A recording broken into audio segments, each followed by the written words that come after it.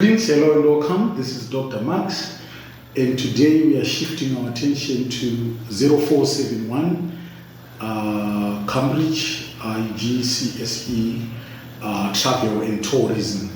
So it is the honors of this lesson to introduce to you the key components of that syllabus, or the key areas that we must cover in as much as this syllabus is concerned.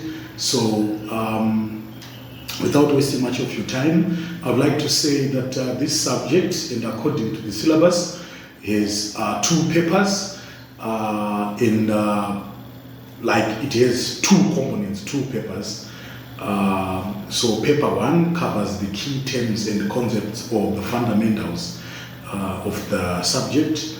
So you find 4 scenario-based questions covering the introductory key concept, which are customer service and impact of tourism and destinations. So it's also externally assessed. So we also have paper 2, which is also worth 80 marks. So paper 1 is 80 marks, then paper 2 is 80 marks, and it's all about managing and marketing destination. It also carries 4 scenario-based questions that are supposed to be answered, short answer question paper, focusing mainly on management and marketing of destinations. Why am I doing all this? I'm doing all this because the syllabus is our roadmap. The syllabus is like what the Bible is to a preacher. You cannot stand on the pulpit, you cannot stand in front of the congregation without reviewing the scripture. So I cannot sit like this and teach you without reviewing the syllabus, like what I'm doing right now. So under this subject, we have to deal with about 5 areas, which are: number 1, introduction to the main travel and tourism definition and concepts. That's the introductory phase. Then the second segment will touch on global tourism. Then thirdly, we'll deal with travel and tourism organizations in detail. Then number 4, we have to cover customer service. Then number 5, destination marketing. So as of today, we are simply going to deal with, we are introducing ourselves to the main travel and tourism destinations and concepts. So there are about 6 subtopics under this banner. We have main types of tourism, we have main reasons why people travel, we have sustainable travel and tourism, we have characteristics of travel and tourism. Number 5, we have types of tourists. Then number 6, we have types of destinations. So for this lesson, we are just going to deal with the main types of tourism only for understanding purposes. So that's our main objective for today. The main types of tourism, it's our objective, our key objective today. So the introduction to the main travel and tourism definition and concepts, like this topic, it introduces us to the main travel and tourism definitions and concepts that needs to be fully understood. So it covers like various types of tourist destinations. Destinations is where the tourists go, the hosting place, and the different reasons for traveling. Yes, so you should be able, as a candidate, you should be able to understand all these definitions and concepts, and this introduction forms the basis of understanding travel and tourism as a subject, and will be referred to throughout other topics. So our syllabus here is for exams which are covered in 2024, 2025, and 2026, and the exams will be available in the June and the November series. So let us hit the road. I think I've cranked the engine and we are just like good to go. Right. So we have main types of tourism. The tourism itself has main types. There is domestic tourism, there is inbound tourism, there is outbound tourism, there is international tourism, there is a day trip, and also the short break. And it's my duty to explain all those key concepts to you. So before we delve deeper, I think it's also wise for us to start with, travel and tourism in context. Like, for as long as humans have been on Earth, they've traveled. In early times, they traveled to find food, trade, explore new territories, or visit neighboring communities. So that's from time immemorial. That's even in the Stone Age. So you find out that as of today, the world is more connected than ever. It is now easier and cheaper than ever to travel to other countries and experience different cultures. I was having a chat with my brother in the morning, and he was talking about the fact that, like, if you'd like to travel from Zimbabwe to Dubai, you need something like $800 to $1,000. So that's how the world is now connected. So developments in technology have made us more aware of other countries, destinations, cultures, and events. And you know, technology such as the internet and the mobile phones means we can easily research other countries.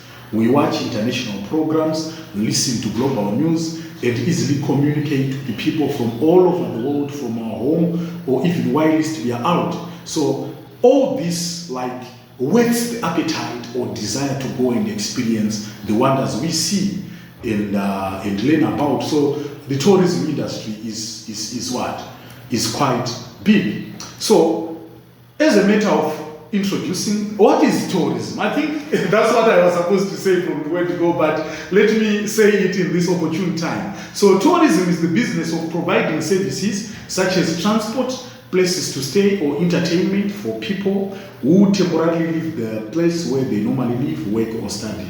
So in other words, it includes how they move around and what they do when they get there. And you know, tourism is such a valuable industry which generates lots of money to an extent that you can, in a country, there's a ministry of tourism. If you have such a scenario in which a country has a ministry of something, this means that that thing is so much big. So, like, throughout the world, many countries around the world benefit from tourism.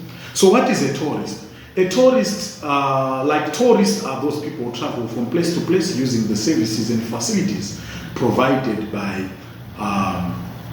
the tourism organization and the industry. So the tourism is the business of providing services such as transport, places to stay, and entertainment for people who temporarily leave the place where they normally live, work, or study. So a tourist is a person who travels temporarily from one place to another. So the first type of tourism, I think I've cleared there. There is what is called domestic tourism. So that's a type of tourism. Domestic tourism is number one, is when a tourist travels within their own country. Like when I travel from Harare to Bulawayo, this makes me a domestic tourist. So it's a type of tourism where tourists travel within their country of residence, where they live, within the confines of the borders of where they live. So, which is quite advantageous in one way or the other. Like, there are no language barriers in most cases. This allows the tourist to travel around easily. The currency is the same. You don't have to change the currency. I still remember when I was going to the University of Zimbabwe, to the University of Cape Town where I was studying, I had to change the US dollars that which I possessed to rand, because they use rand in South Africa.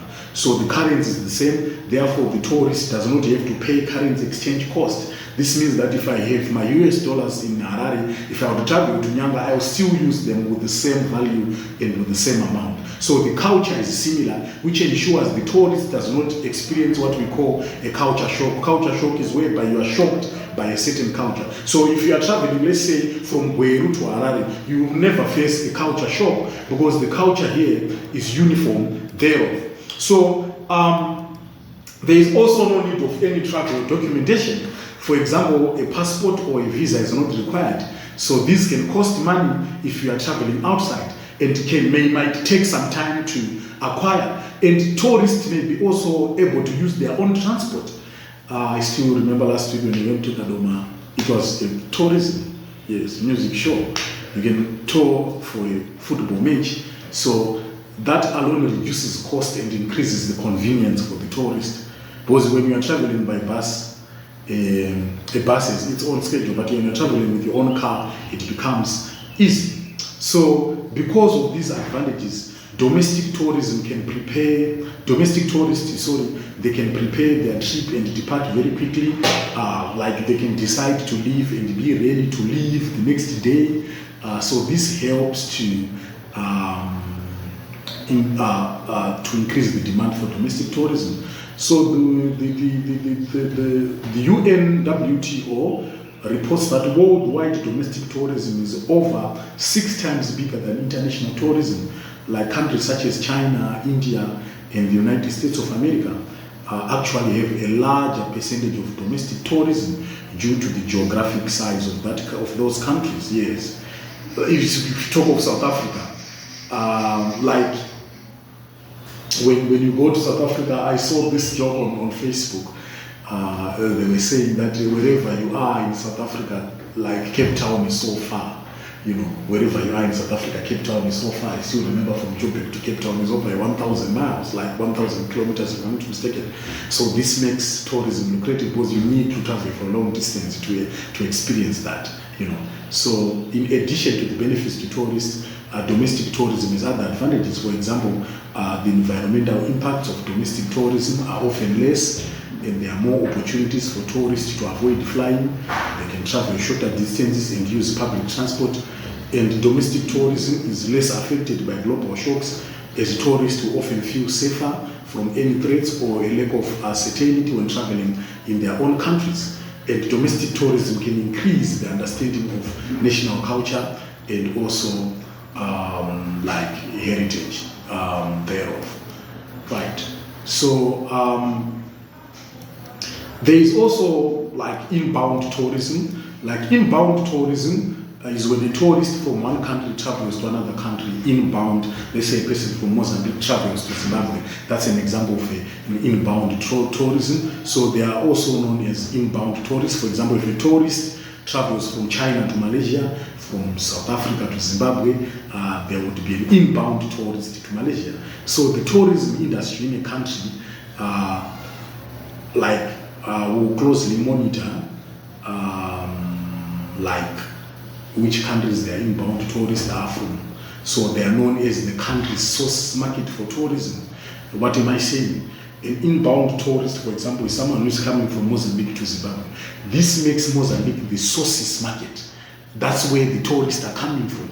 That's the source of the tourists. So the government or ministry responsible for tourism in a country will create a detailed tourism statistics of tourist numbers and trends. How many tourists are coming from South Africa to Zimbabwe? How many inbound tourists are coming from Mozambique to Zimbabwe? So they have to document that to like detailed analysis or detailed documentation of all that. So there are also outbound tourists, or outbound tourism is when a tourist leaves the country where they normally live and travel to another country. For example, a tourist who travels from Zimbabwe to, sorry, I'm using Zimbabwe as an example, although this subject is international, because I'm in Zimbabwe. So, okay, I can use China. And outbound tourism is whereby someone travels from China to Malaysia, like somewhere like that, you know, something like that. So, right. So there is also international tourism. So international tourism is also part of outbound, inbound. So tourists traveling internationally, inbound or outbound, is called international tourism. So international tourism is the umbrella term for inbound or outbound tourism. So international tourism takes more preparation and planning than domestic tourism. Like this depends on where tourists are traveling from and how fast they travel. So like you must have preparations. You just don't wake out of the blue and say, I would like to go to Australia right away. No. You have to know like issues to do with the currency exchange. What's the rate there? Suppose you might have the US dollars. You have to know the daily rates, because you know the monetary rates change on a daily basis, you know. Like they might change with just a cent or 2 cents, you know. But it's also important financially to know where you are going. Let's say you're going to Mozambique, they use metcash, right? The meds, you have to change. You have to know the value of the US dollars you have, what's their value in the meds. So you also have to plan transport-wise, e.g. flights need to be booked beforehand, before travel can take place, and passport documents needs to be up to date. The visa must be obtained for entry into the country. The visa is attached in the passport. It's also important for you to have it. You have to prepare for experiencing a different language and culture. Don't go and bully people. They usually say, if you are in Rome, do what Romans are doing. So you cannot go to Rome, you cannot go to Italy, you cannot go to the Netherlands, you cannot go to Holland and try to change their culture, you know. So you have to be prepared to face that. So tourism in one way or the other is advantageous in the sense that there will be cultural exchange. You know. That's why you find out when you visit our Victoria Falls, there will be some people will be like displaying our traditional items, traditional cuisines, traditional dances, right? That's part of our culture. So like when someone comes from America, they can appreciate that. They can benefit that. You benefit from that. That's sort of a cultural exchange. So another tourism type is a day trip. Like not all forms of tourism require the tourist to stay overnight in another place. So a day trip is a form of tourism where the tourist returns home the same day. They travel for less than 24 hours. Therefore, there is no overnight stay. Like there are many reasons why people take day trips. Like reasons may include, e.g. traveling to the beach or a city, e.g. visiting a restaurant, then you go back home within the confines of that day. That's a day trip for you. So you can attend a meeting in another city or country. Let's say you work here in Harare, then your company says that they want to do a meeting in, let's say, Chinhoyi, right? So you have to drive to Chinhoyi for that meeting, then you come back to Harare. This makes it a day trip. You did it within the confines of the 24 hours. So, like, I was laughing. There is our Minister of Tourism, is it Minister Barbara Rosie? She was at the border I think it was in December last year. There were some people who were coming from South Africa, our South African relatives coming to Zimbabwe for their holidays, and she described them as tourists. And she faced a very strong sort of attack on Twitter. On Twitter. She faced a very strong attack on Twitter. It's now what? It's now X. Yeah. She faced like people were saying, no, the people usually, generally, when you mention the word tourism or tourist,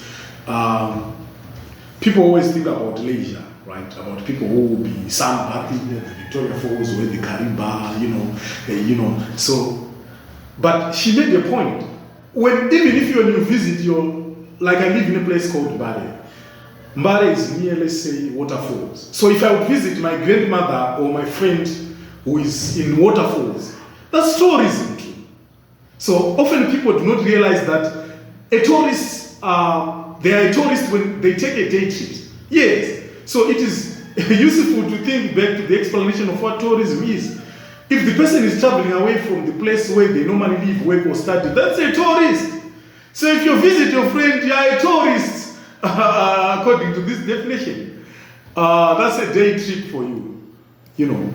So there's also a short break too. A short break is a type of tourism. This is when a tourist stays away from their home for 4 nights or less. This could be a weekend trip or a midweek trip, like when you go for a usually people say, I want to relieve my stress, let me go to Nyanga for a weekend, then they go on Friday, Saturday and Sunday, Monday they're coming back, or Sunday during the sunset, they're coming back. So it's a short break, which is a type of tourism. This is when a tourist stays away from their home for 4 nights or less. This could be a weekend trip or a midweek trip.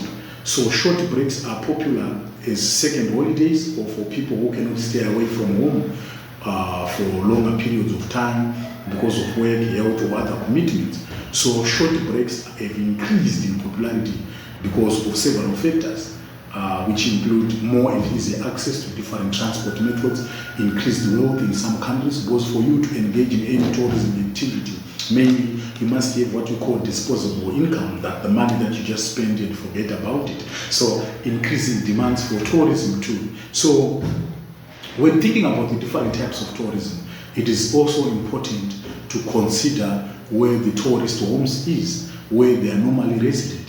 There are so many variables. For example, some countries are large and travel can take a long time. In Russia or the United States of America, for example, domestic tourism can require a long haul flight. Yes, it might take some time to travel from this state to this state. It might take 3 or 4 hours. So other countries are small, or the tourist may live close to an international border and can travel internationally as a day trip. Like in Mutare, it's easy for you to visit Mozambique in Mutare. Like when you're in Bait Bridge, it's easy for you to connect to Messina in South Africa. So that's what is being said here. So that's it for this lesson, guys.